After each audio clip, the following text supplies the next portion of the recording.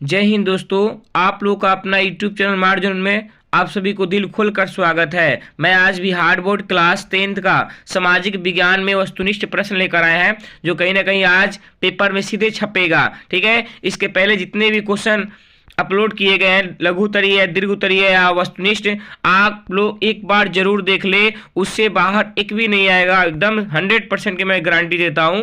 ठीक है, आज इस क्वेश्चन की मैं चर्चा कर रहा हूं, ये भी कहीं ना कहीं पेपर में छपेंगे। ठीक है, आप लोग पूरी शिद्दत के साथ बने रहिए।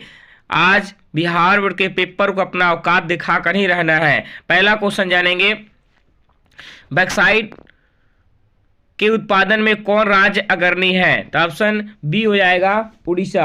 कौन अग्रणी है भैया? उड़ीसा। बॉक्साइट किसका एक्स है? तो एल्युमिनियम का एक्स है। ये भी क्वेश्चन याद रखें, क्वेश्चन पूछ सकता है कि बॉक्साइट किसका एक्स है, तो एल्युमिनियम का। ठीक है, याद रखेंगे। क्वेश्चन नंबर दूसरा है, भारत किस खनिज के उत्पादन में विश्व में अग्रणी देश है? तो ऑप्शन डी हो जाएगा अब्रक। अब्रक एक प्रकार का धात्विक खनिज है और ये अब्रक सबसे ज्यादा झारखंड के कोडरमा में पाया जाता है। ये भी बात याद रखेंगे। कोडरमा किस खनिज के लिए प्रसिद्ध है? तो अब्रक के लिए, याद रखेंगे। क्वेश्चन नंबर 3 है, एल्युमिनियम बनाने के लिए किस खनिज की आवश्यकता होती है? तो ऑप्शन बी हो जाएगा बॉक्साइट की। आया समझ में? और एल्युमिनियम का उपयोग कहाँ पे करते हैं? तो एल्युमिनियम का उपयोग घर में जो गए केवाड़ी हो गया, दरवाजा हो गया या बर्तन हो गया, एल्युमिनियम का प्रयोग, या हवाई जहाज में भी किया जाता है। ठीक है, या बिजली उपकरण में बनाने में एल्युमिनियम का प्रयोग किया जाता है, भी बात याद रखेंगे। क्वेश्चन नंबर 4 है, मैग्नीज उत्पादन में अग्रणी राज्य कौन है? तो ऑप्शन ए हो जाएगा उड़ीसा। उड़ीसा अग्रणी राज्य है मैग्नीज उत्पादन में। और 1 ग्राम मैग्नीज बनाने में कितना, 1 टन इस्पात बनाने में कितना किलोग्राम मैग्नीज का उपयोग पड़ता है? 10 किलोग्राम। ठीक है, याद रखेंगे।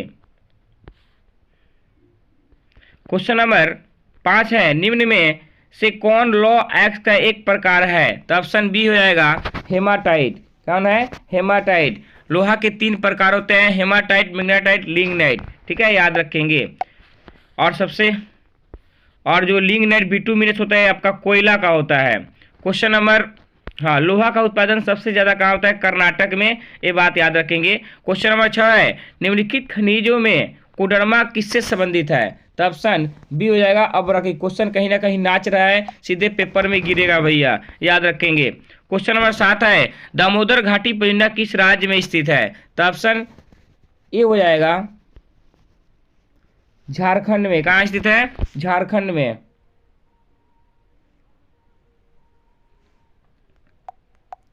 क्वेश्चन नंबर 8 है, भाखड़ा नगर परियोजना किस नदी पर स्थित है? तो ऑप्शन बी हो जाएगा सतलज नदी पर स्थित है। कहाँ भैया है? सतलज नदी पर। भाखड़ा नगर परियोजना दुनिया की सबसे बड़ी परियोजना है जो सतलज नदी पर स्थित है, याद रखेंगे। और भाखड़ा नगर परियोजना के ही मुताबिक जो आपके भाखड़ा नगर जो परियोजना है सतलज नदी पर स्थित है, इसी को आधुनिक भारत का मंदिर भी कहा गया था पंडित जवाहरलाल नेहरू के द्वारा, याद रखेंगे इसी बांध को। क्वेश्चन नंबर 9 है, भारत का सबसे लंबा बांध कौन है? तो ऑप्शन हो जाएगा ए हीराकुंड बांध। दुनिया का सबसे लंबा बांध है जो महानदी पर स्थित है उड़ीसा में। क्वेश्चन नंबर 10 है, नर्मदा घाटी परियोजना किन राज्य से संबंधित है? तो ऑप्शन डी हो जाएगा गुजरात, महाराष्ट्र, मध्य प्रदेश। ठीक है, याद रखेंगे।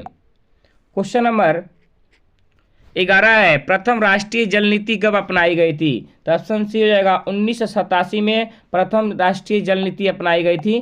ठीक है, याद रखेंगे। और दूसरा आपका 2002 में हुआ था, एक 2012 में हुआ था, ये भी बात याद रखेंगे। क्वेश्चन नंबर 12 है, कृष्णा राज सागर बांध किस नदी पर स्थित है? तो ऑप्शन सी हो जाएगा कावेरी नदी पर। किस पे है भैया? कावेरी नदी पर। और रिहंद पे ही है, ये भी बात रखेंगे। और क्वेश्चन नंबर 13 है, सुंदरबन है तो सुंदरबन पश्चिम बंगाल में। ऑप्शन बी हो जाएगा। ठीक है, सुंदरबन कहाँ है? पश्चिम बंगाल में। क्वेश्चन नंबर 14 है, भारत का राष्ट्रीय पक्षी कौन है? मयूर। कौन है? मयूर या मोर भी कह सकते हैं, भारत का राष्ट्रीय पक्षी है।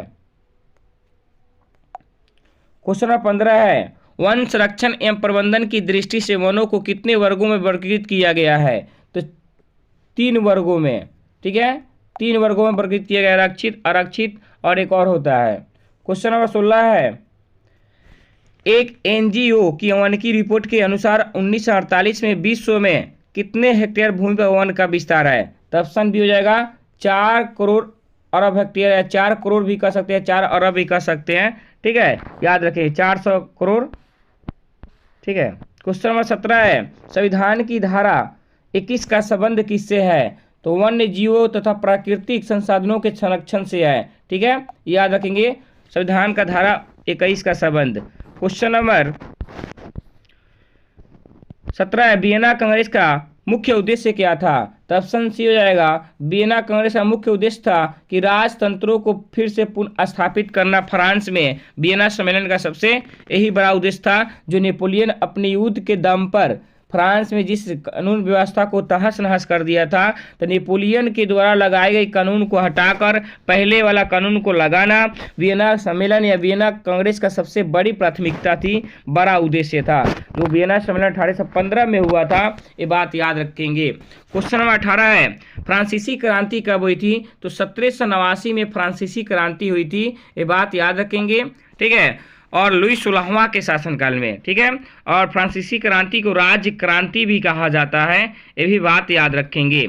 ठीक है, और 1804 में नेपोलियन संहिता लागू हुआ था, 1871 में जर्मनी का एकीकरण और इटली का एकीकरण हुआ था, ये भी बात याद रखेंगे। और इसी 1871 में फ्रैंकफर्ट की संधि भी हुई थी।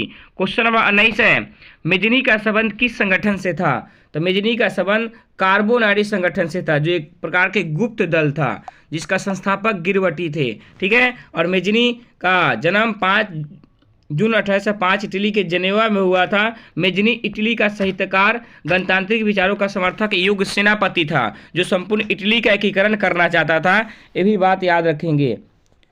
क्वेश्चन नंबर और ठीक है, मेजनी इटली के एकीकरण में अहम योगदान भी निभाया था। और लाल कुर्ती का स्थापना किसने किया था? मेजनी ने। और यंग यूरोप यंग इटली 1831 1834 में स्थापना किसने किया था? मेजनी ने ही किया था, ये भी बात याद रखेंगे। क्वेश्चन नंबर 20 है, राष्ट्रीय आंदोलन का केंद्र जेना विश्वविद्यालय कहाँ स्थित है? तो ऑप्शन बी हो जाएगा, जर्मनी में है। कहाँ भैया? जर्मनी में। राष्ट्रीय आंदोलन का येना विश्वविद्यालय राष्ट्रीय आंदोलन का केंद्र था। वहाँ पे हर लोग अपने मुद्दा को लेकर उठाते थे, और इस प्रकार उन आंदोलन को कुचलने के लिए मेटरनिक ने एक दमनकारी नीति अपनाई, जिसे काल सर्वाद कानून कहा जाता है, या काल सर्वाद आदेश भी कहा जाता है। क्वेश्चन ये भी पूछता है बिहार बोर्ड 2 नंबर में कि काल सर्वाद कानून क्या था, याद रखेंगे। क्वेश्चन नंबर 21 है, कुसुत का संबंध किस देश से था? तो कुसुत का संबंध हंगरी से था। हंगरी की राजधानी कहाँ है? बुडापेस्ट। ठीक है, याद रखेंगे।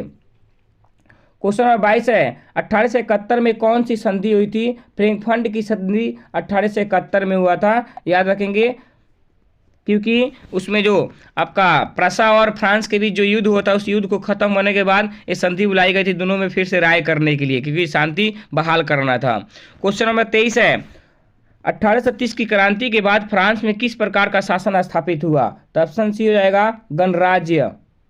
और 1830 की क्रांति के शासक कौन थे? तो भी बात याद रखेंगे, चार्ल्स दसम थे, जो पोलिगनेक को प्रधानमंत्री बनाए थे, याद रखेंगे। ठीक है, 1830 की क्रांति के। और उस समय बुर्बो वंश का शासन था। किस वंश का? बुर्बो वंश का। क्वेश्चन नंबर 25 जानेंगे, निम्न में से किस राज्य को पिछड़ा राज्य कहा जाता है? बिहार को सबसे पिछड़ा राज्य कहा जाता है, और बीमारू राज्य में भी बिहार को देखा जाता है, ये भी बात याद रखेंगे। क्वेश्चन नंबर 26 है, निम्न में कौन बीमारू राज्य है? तो भैया इसमें सभी है। ठीक है, इसमें क्या सभी है बीमारू राज्य। ठीक है, याद रखेंगे, कर्नाटक नहीं होता है। क्वेश्चन नंबर 27 है, योजना आयोग को भंग करके कौन सा आयोग बना था? तो नीति आयोग बना था। कब बना था? नीति आयोग आपको देखा जाए तो 2015 में बना था। 1 जनवरी 2015 में माननीय देश के प्रधानमंत्री मोदी जी के द्वारा बना था। और नीति आयोग का अध्यक्ष पीएम होते हैं मोदी। ठीक है, प्राइम मिनिस्टर होते हैं। और योजना आयोग का स्थापना कब हुआ था? तो 15 मार्च 1950 में होता है, भी बात याद रखेंगे।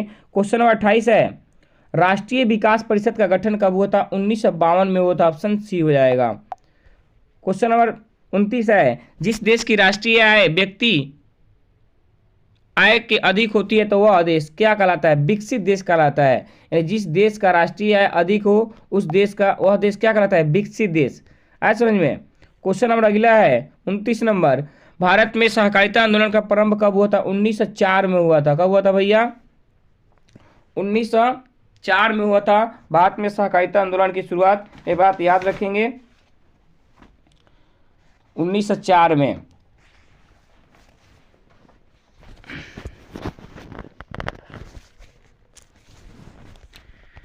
ये जिंदगी मुझ पे तरस मत दिखा, मैं कोई बेचारा नहीं हूँ। क्या? ये जिंदगी मुझ पे तरस मत दिखा, मैं कोई बेचारा नहीं हूँ, तेरे सामने खड़ा होकर लड़ूंगा क्योंकि मैं अभी हारा नहीं हूँ। ठीक है, ऑप्शन आपका 1904 हो जाएगा, ऑप्शन ए। ठीक है, और 1904 में देखा जाए तो विश्वविद्यालय अधिनियम भी पारित किया गया था, ये भी बात याद रखेंगे। ठीक है, और 1904 में सहकारिता साख समिति की स्थापना की गई थी। और 1904 से 5 में कौन सा आंदोलन हुआ था? तो रूस और जापान के बीच युद्ध हुआ था, ये भी बात याद रखेंगे। क्वेश्चन नंबर 30 है, भारत में 1 रुपया का नोट कौन जारी करता है? तो ऑप्शन सी हो जाएगा, वित्त विभाग करता है। कौन करता है? वित्त विभाग। 1 रुपया का कागजी नोट जो होता है वित्त विभाग जारी करता है, और जितने कागजी नोट होते हैं वो सब आरबीआई करते हैं। 1 रुपया के कागजी नोट को छोड़कर जितना कागजी नोट होता है सब आरबीआई करता है, और जितने सिक्के होते हैं सब वित्त विभाग करता है, वित्त मंत्रालय। ठीक है, याद रखेंगे। आरबीआई बैंक का स्थापना कब हुआ था? 1 अप्रैल 1935 में हुआ था। राष्ट्रीयकरण कब हुआ था? 1 जनवरी 1949 में। आरबीआई भारत का राष्ट्रीय बैंक है, यही बात याद रखेंगे। क्वेश्चन नंबर 31 है, राज्य वित्त आयोग का गठन किया जाता है। हाँ, आरबीआई का गवर्नर अभी कौन है? इसके अभी शक्तिकांत दास इसके पहले थे, अभी कौन है? आप लोग कमेंट में बताएंगे। क्वेश्चन नंबर 31 है, राज्य वित्त आयोग का गठन किया जाता है। तो ऑप्शन ए हो जाएगा, पंचायतों की वित्तीय के पूर्वावलोकन हेतु। ठीक है, याद रखेंगे। क्वेश्चन नंबर 32 है, कृषि तथा ग्रामीण विकास के लिए पुनर्जीवित करने वाली संस्था कौन है? तो ऑप्शन बी हो जाएगा, नाबार्ड, जिसकी स्थापना 12 जुलाई 1982 में शिरोमणि समिति की सिफारिश पर की गई थी। क्वेश्चन नंबर 33 है, सहकारिता साख समिति का कानून कब पारित हुआ था? तो ऑप्शन बी हो जाएगा, 1904 में हुआ था, याद रखेंगे। क्वेश्चन नंबर 34 है, ग्रामीण बैंक का संस्थापक कौन थे? तो ऑप्शन ए हो जाएगा, प्रोफेसर मोहम्मद यूनुस थे। ठीक है, जो बांग्लादेश के थे। कहाँ के थे? बांग्लादेश के, ये बात याद रखेंगे। क्वेश्चन नंबर अगला है, भारत में सेवा क्षेत्र को सामान्यतः कितने भागों में बांटा जाता है? तो 2, सरकारी और गैर सरकारी। ठीक है, याद रखेंगे। क्वेश्चन नंबर 36 है, प्राथमिक क्षेत्र में कौन सी आर्थिक क्रिया शामिल है? तो ऑप्शन डी हो जाएगा, सभी। क्या होगा? सभी। ये सब प्राइमरी सेक्टर के अंतर्गत आते हैं। प्राइमरी में आपका कृषि संबंधित सब कुछ आता है, मत्स्य पालन, मुर्गी पालन, मछली पालन, कृषि सब। ठीक है। क्वेश्चन नंबर 37 है, 2011 की जनगणना अनुसार भारत की आबादी कितनी थी? तो 121 करोड़ थी, ये बात याद रखेंगे। ठीक है, और 2001 के हिसाब से 102 करोड़। क्वेश्चन नंबर अगला है अभी 147 करोड़। 38 नंबर है, समाजवादी अर्थव्यवस्था का गुण है। तो ऑप्शन सी हो जाएगा, सामाजिक कल्याण। क्या भैया? सामाजिक कल्याण। क्वेश्चन नंबर 39 है, ब्रूडलैंड आयोग का संबंध किससे है? सतत विकास से है। किससे है? सतत विकास। क्वेश्चन नंबर 40 है, चिपको आंदोलन निम्नलिखित में से किससे संबंधित है? तो ऑप्शन ए हो जाएगा, पेड़ बचाने को लेकर। क्वेश्चन नंबर 41 है, राजनीतिक दलों को नींव सर्वप्रथम किस देश में पड़ा था? तो ब्रिटेन में। लोकतंत्र का प्राण राजनीतिक दल को कहा जाता है, ये भी बात याद रखेंगे। ठीक है। क्वेश्चन नंबर अगला है,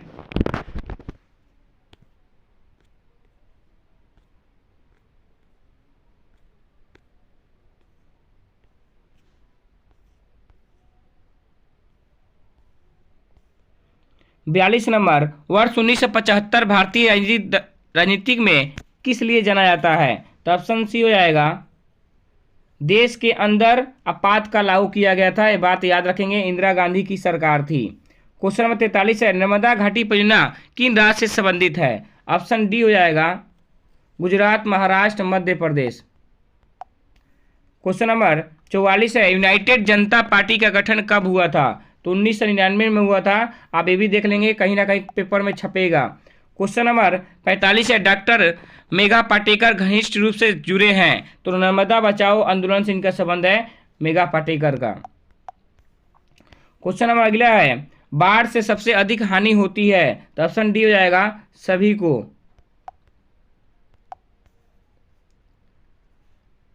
क्वेश्चन नंबर 48 है, सूखा किस प्रकार का आपदा है। तो ऑप्शन ए प्राकृतिक आपदा है।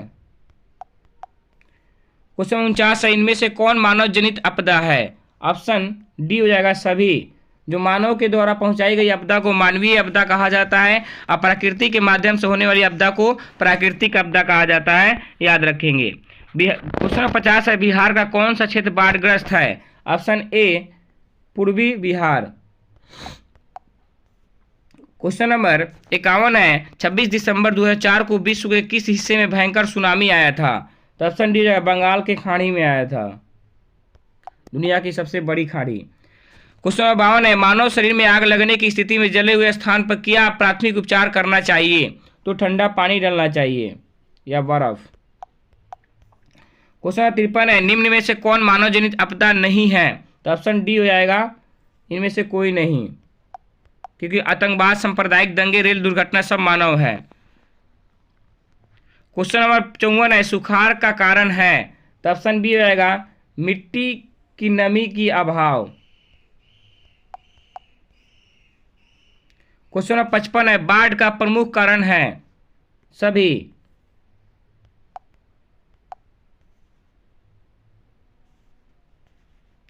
क्वेश्चन नंबर 56 है, सुनामी प्रभावित क्षेत्रों में मकानों का निर्माण कहाँ करना चाहिए। सागर तट से दूर। क्वेश्चन नंबर 57 है, गुजरात का कच्छ प्रदेश किस भूकंपीय पेटी में स्थित है। 5। क्वेश्चन नंबर 58 है, सर्वाधिक बाढ़ प्रभावित देश कौन है। बांग्लादेश, बाढ़ों का देश कहा जाता है। क्वेश्चन नंबर लास्ट 59 है, संसाधनों की खोज एवं प्रबंधन के लिए किस उपग्रह का उपयोग किया जाता है। सुदूर संवेदी उपग्रह। आप लोग पूरा क्वेश्चन देख लिए, इस सीधे पेपर में आज छपेंगे। आप लोग पूरे शिद्दत के साथ इसके पहले जितने वीडियो बनाए आप लोग जाकर देख लेंगे, लघु उत्तरीय, दीर्घ उत्तरीय और वस्तुनिष्ठ प्रश्न का। कल का एक वीडियो बनाएगा जो सीधे हूबहू पेपर में कहीं ना कहीं टपकेगा। आप पूरे शिद्दत के साथ देख लिए, धन्यवाद। आ जाइए और पेपर को मजाक में बनाइए एकदम बढ़िया से। मैं पूरा आशा करता हूं कि सबसे अच्छा पेपर सोशल साइंस के संपन्न होंगे। मैं पूरे विश्वास और उम्मीद के साथ कर रहा हूं, जितने भी पेपर हुए अभी तक उससे सबसे बेहतर, सबसे मस्त होगा तो सोशल साइंस का। और जाइए तबाही मचाइए। तहे दिल से आप सभी विद्यार्थियों को एग्ज़ाम मुबारक हो। एकदम बढ़िया से मजाक में ही पेपर को बनाइए। धन्यवाद। जय हिंद, जय भारत।